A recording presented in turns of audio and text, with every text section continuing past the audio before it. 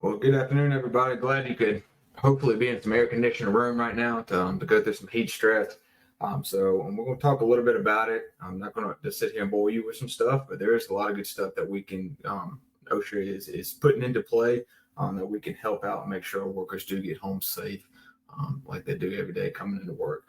This is going to talk a little bit about National Emphasis Program that was effective in 2022 of April. And then we're going to talk about some things that we can do to prevent these illnesses.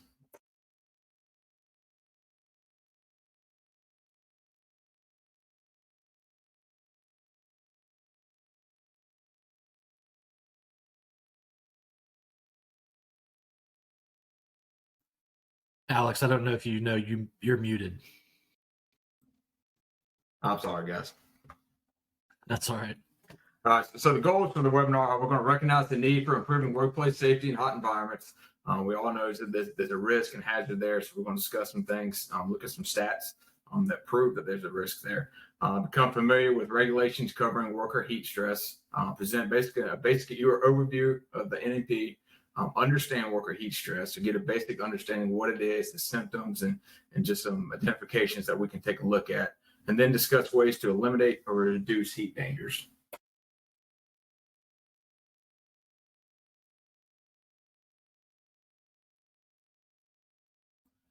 The danger of extreme heat increases each year. So the last 18 and 19 summers were the hottest on record.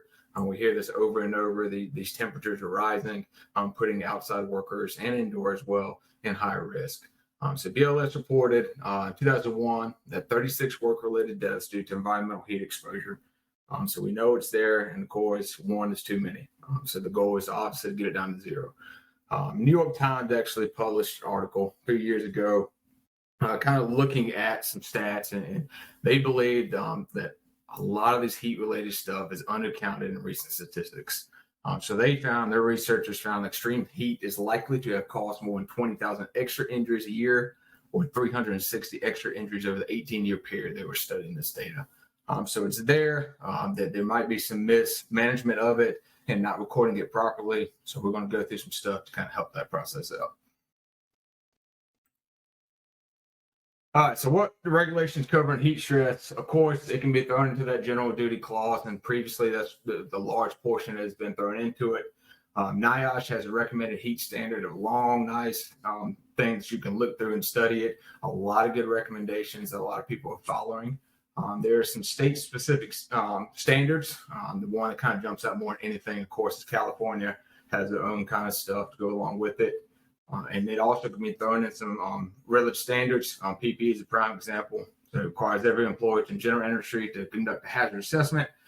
So it's a good point, especially if you're outdoor workers, you're dealing with heat and the environmental aspect of it, to put that in your assessments and they can kind of go into that standard. But the majority of what we're going to talk about, of course, is the National Emphasis Program, outdoor and indoor heat-related hazards. There is a link on the bottom of each slide.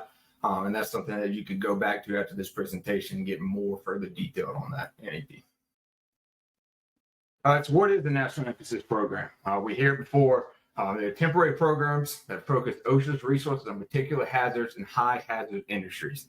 Okay, so existing and potential new emphasis programs are evaluated using data from injury and illness data, NIOSH reports, peer-reviewed literature. So they take all of that into the fact and really kind of focus on one thing where they can tie all their resources into it.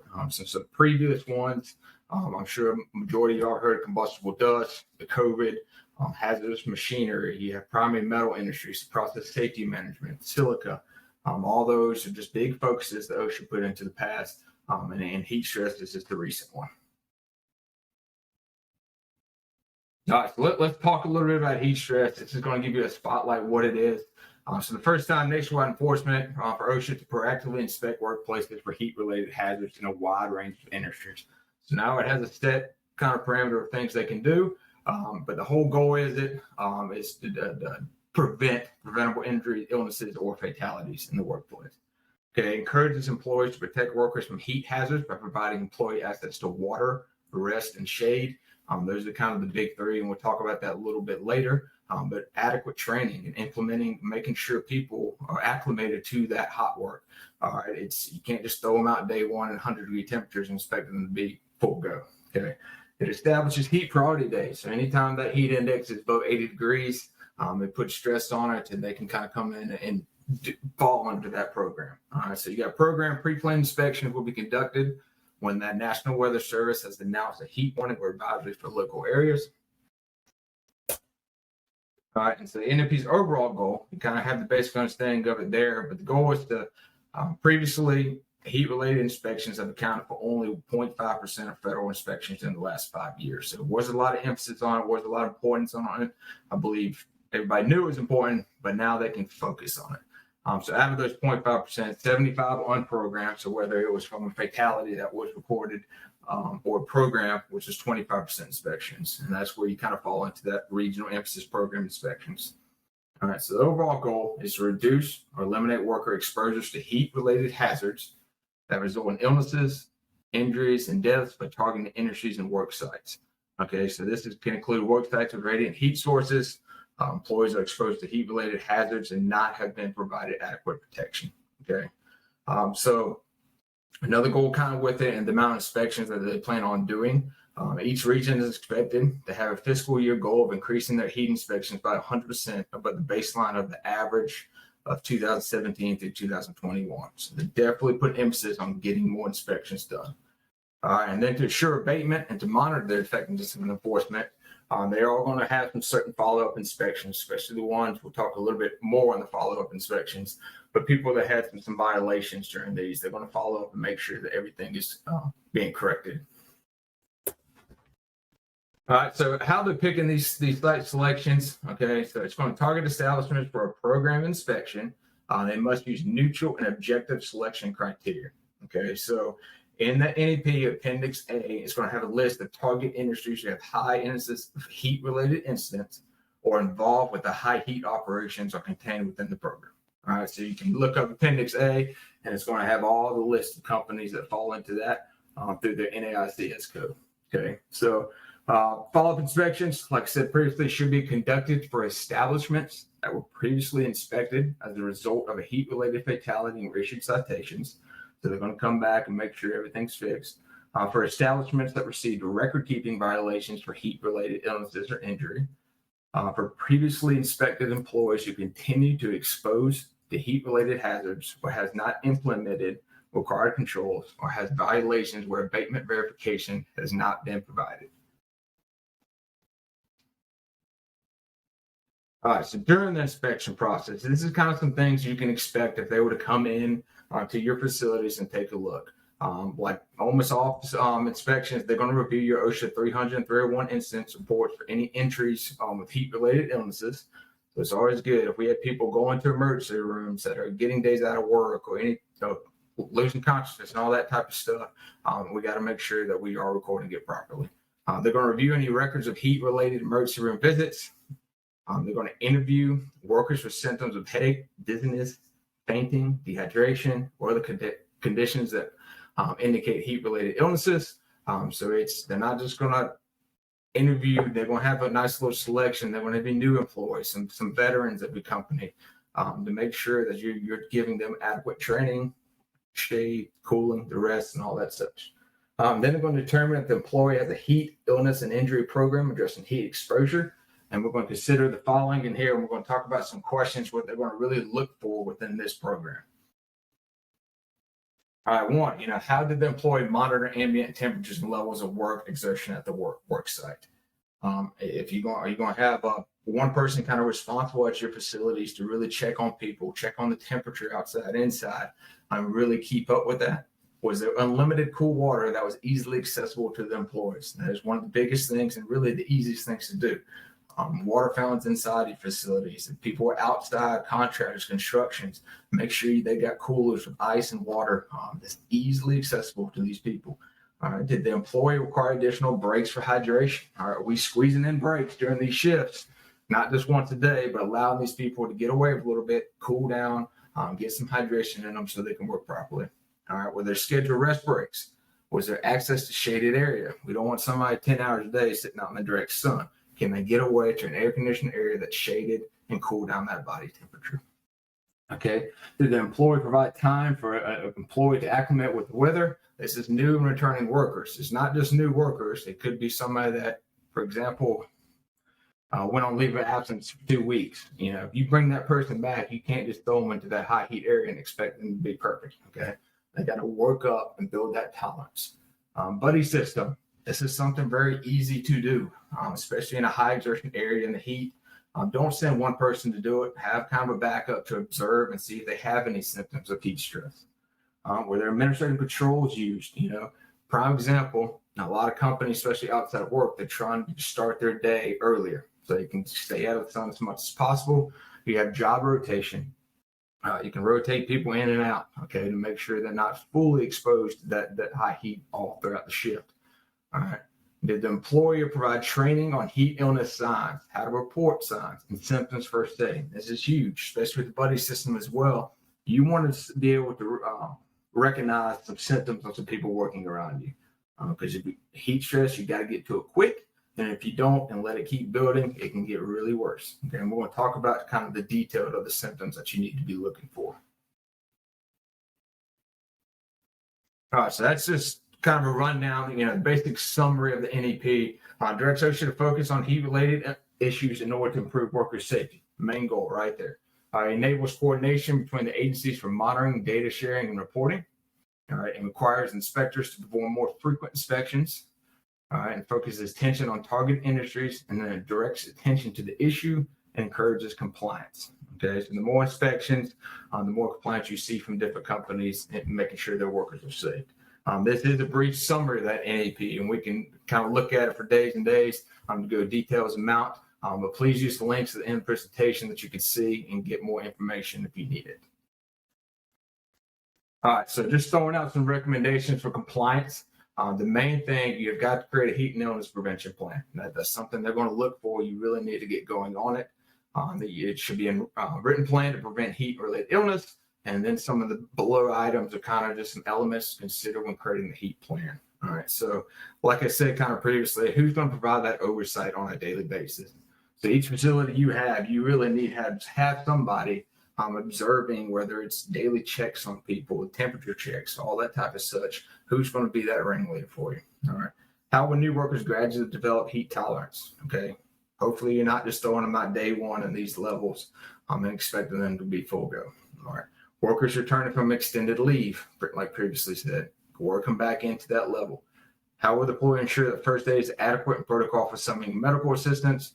That is a huge thing of really observing these symptoms and taking care of the people immediately and not building up to it's too worse. And at the end of the day, if they're showing extreme symptoms, we'll call in 911 to make sure they get the medical care quickly. All right. Engineering controls, work practices, how are we doing to reduce heat stress? Are we providing, proper ventilation and airflow through our facilities and outside? We work practices? Are we rotating people? All type of stuff that you can throw in the program to show that you're helping out this heat stress items. All right. And how will heat stress be measured? Of course, that you can do daily checks on people. You can look at the weather. There's many apps, and we'll look at one a little later from OSHA that really measures out heat stress, the heat index for that day, so you're always aware of what you're dealing with. Okay, and how to respond when the National Weather Service issues a heat advisory. All right. How will we determine if the total heat stress is hazardous? And what training will we be providing to workers and supervisors? So all this, these questions that you're asking needs to be kind of followed up and have an answer for it in a heat-related prevention plan. All right, so the big three, like I mentioned earlier, these are three things you can really hit hard and do them efficiently. All right, the first one is hydration. That is probably the easiest one to do, but there's a lot of time is the one we forget about and people don't really follow as much as they should. So we should be providing cool water for workers. Those working 2 hours or more. It's always nice to kind of throw kind of an electrolyte drink in there. You're losing all your salt, and water just doesn't replenish it like electrolytes could. Okay. So encourage workers to drink, every other 20 minutes. We don't want them going 3 hours and then trying to drink a gallon of water. It's just not going to be efficient that way. There's always a saying, never wait till you're thirsty because then it's too late. Make sure you're drinking slow amounts throughout the day. And the biggest thing, especially in the morning, the first thing a lot of people do is get their coffee in on their energy drinks. But do your best throughout the day to refrain from caffeinated beverages because it does not help the hydration process out. Okay, the next one is shade. Workers should be given a cool location where they can take their breaks and recover from the heat. That is the biggest thing. You want them out of that direct contact with the sun. All right, so if you can get some AC on, some shade, it's going to make a huge difference. These areas could be shady areas, just under 10 or something, an air conditioner vehicle, nearby buildings, or areas with fans and misting devices. All right, and then the last one, sometimes it's not easy to do, but it is rest and breaks. When heat stress is high, we do need to make sure they're taking the adequate breaks where they can hydrate, where they can get some shade, and cool down their body temps. And just, all it does is really just allow enough time for workers to recover. And if you are resting them in a cooler break area with plenty of hydration, it increases the speed of that recovery time where they don't have to be out for hours.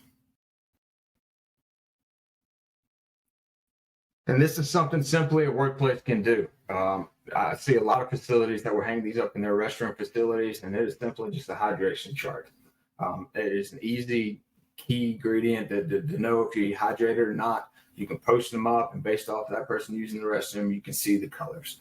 All right. And so obviously the lighter, the more better you are. There is a point where you can be overhydrated, but if you got team members with dark urine, they're too far behind, and they need to start hydrating immediately. But it's something simple. You can post it up, just to kind of give a key for that worker, just to kind of recognize where they are in that hydration level. All right, so talking about acclimating your people, getting them used to that heat. So according to OSHA, most outdoor fatalities, 50% to 70% occur in the first few days of working in warm or hot environments. So it just proves that a lot of people just aren't used to the heat. They haven't built up that tolerance, and you have to make sure we slowly introduce into them. Okay. So there's a 20% rule. All right. So these are for brand new workers that really haven't experienced that type of heat. On the first day, work no more than 20% of the shift's duration and full intensity. So you kind of introduce it to them slowly and kind of back off a little bit and find them something less strenuous. And then each day you increase it by 20%. By day 5, hopefully you're up to that 100%, and you can kind of start working. Still got to observe them and whatnot, but they should be able to work a full day at that point. Okay, this is huge. And chart kind of says to returning workers, you don't have to really start them at 20% because they're used to it a little bit. They have some of that tolerance, but it's good if they've gone for a long period of time, maybe bring them back to 50% that first day, and then go up by 10, and then 20, and get them to 100% pretty quickly.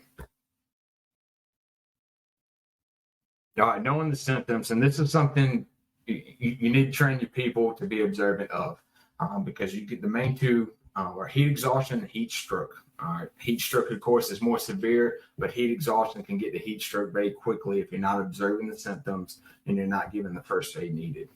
So symptoms you really need to look at with exhaustion is there dizziness? Does that person have a headache? Are they profusely sweating? A lot of irritability.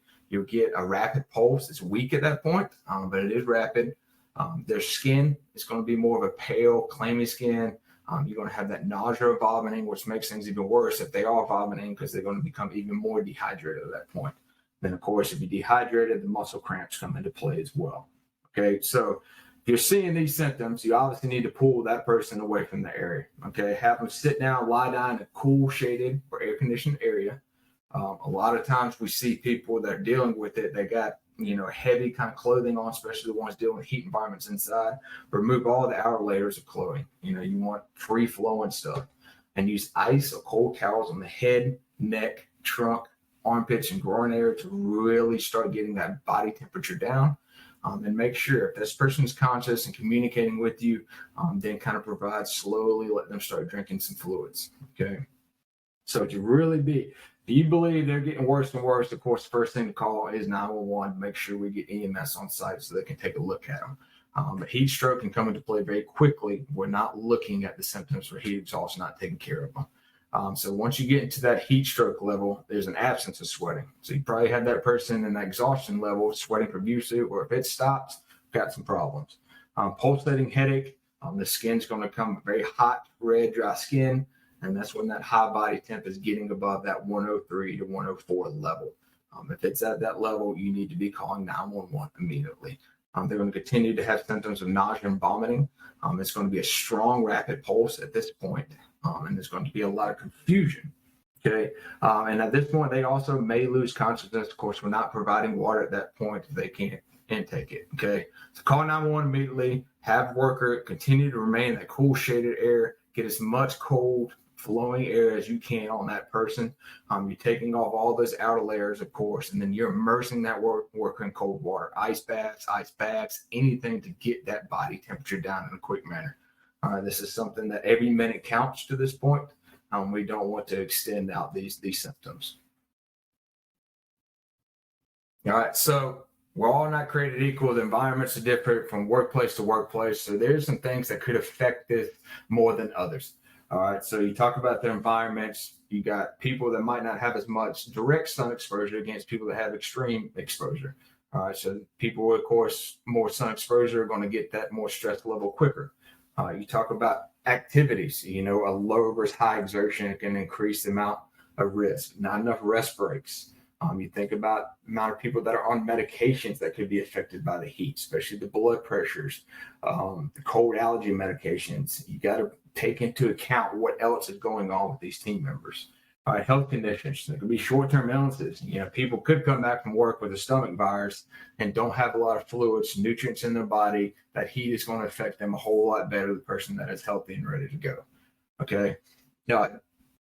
And then one of the most important risk factors, of course, is dehydration. And this doesn't just start at work. A lot of people don't like to drink water at home, but the person that drinks it nonstop throughout the week is going to probably have more tolerance to that heat than the person that does it.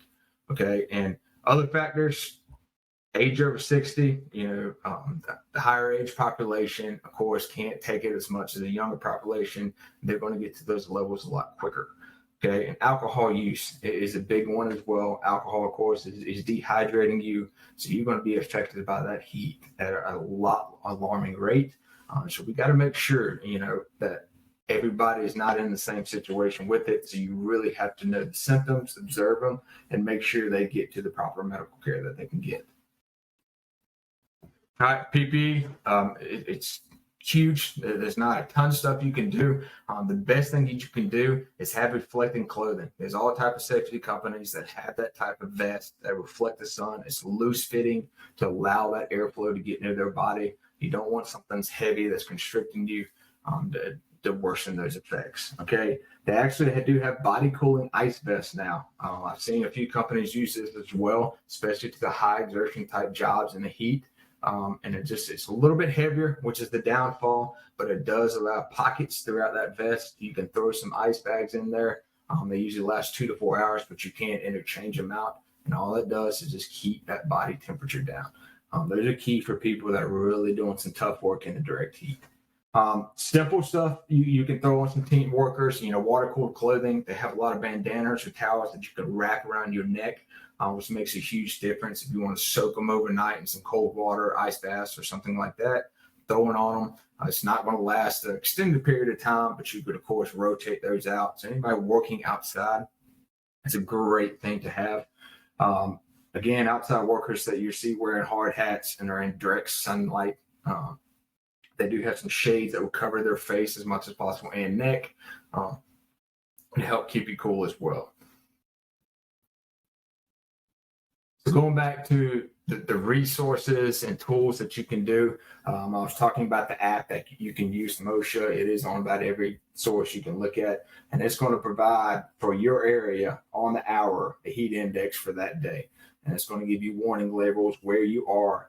It's going to have a tab for symptoms. So you can look at all the heat stress related stuff and you can find out what the symptoms are. So when you observe your team members, you know exactly what to look for. It's going to provide you the first aid care, a lot of options you can take a look at, and any other items, some numbers to call if you really do need some help. Okay, so it's always good to look also at the National Weather Center heat index. I feel like, especially in the Southeast, 8 months out of the year, we're almost above that 80-degree index. So it's vital to know what you're dealing with, the symptoms that you have on these people, what are you doing to prevent those, and just having that program to associate with everything below. So it's a great app. It's very easy to use. I highly recommend it. Just have somebody throughout the day, that responsible person, to really be looking at the temperatures throughout your facilities. All right, I thank y'all for joining me. hopefully, again, you're staying in a cool environment today with AC. I know it's upper 90s here currently. So if you have any questions, I think Nathan's going to take over a little bit here. Just thank y'all for joining again. Yes, thank you everybody for participating. And yes, we do have a few questions here. The first one, actually one is just a note that I wanted to mention. This presentation will be made available to everybody, so you will have access to it.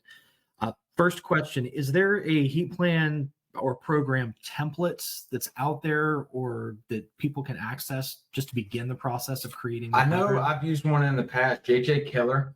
They are very good at having some templates for any safety programs, and I know they had a heat stress one. I would direct you to them first. They have some good tools for you there. All right, excellent. And then you were just talking about heat index, and we know the app is available. Is there a way to calculate the heat index if you don't have the app? I'm sure there is, and it's a probably extensive formula there. But I would always refer to that app or just go on National Weather Center and look up your area as well. Those are the first two key things I would jump to before anything else, just to get the most accurate information on that. Gotcha. And is there a link somewhere in this presentation for that app, or you said just kind of search for it? It's everywhere. I believe I did not, so I can add it on before you send it out to everybody. Okay. That would be great if we could do that. That's just one more resource for everybody to get to. All right. Well, those were the questions. I'm going to go ahead and take over the screen for just a moment. I think I'm going to take over the screen for a moment. All right, there we go. So those of you who are still with us, thank you so much again for participating. Thank you also, Alex, for presenting that excellent webinar on heat stress.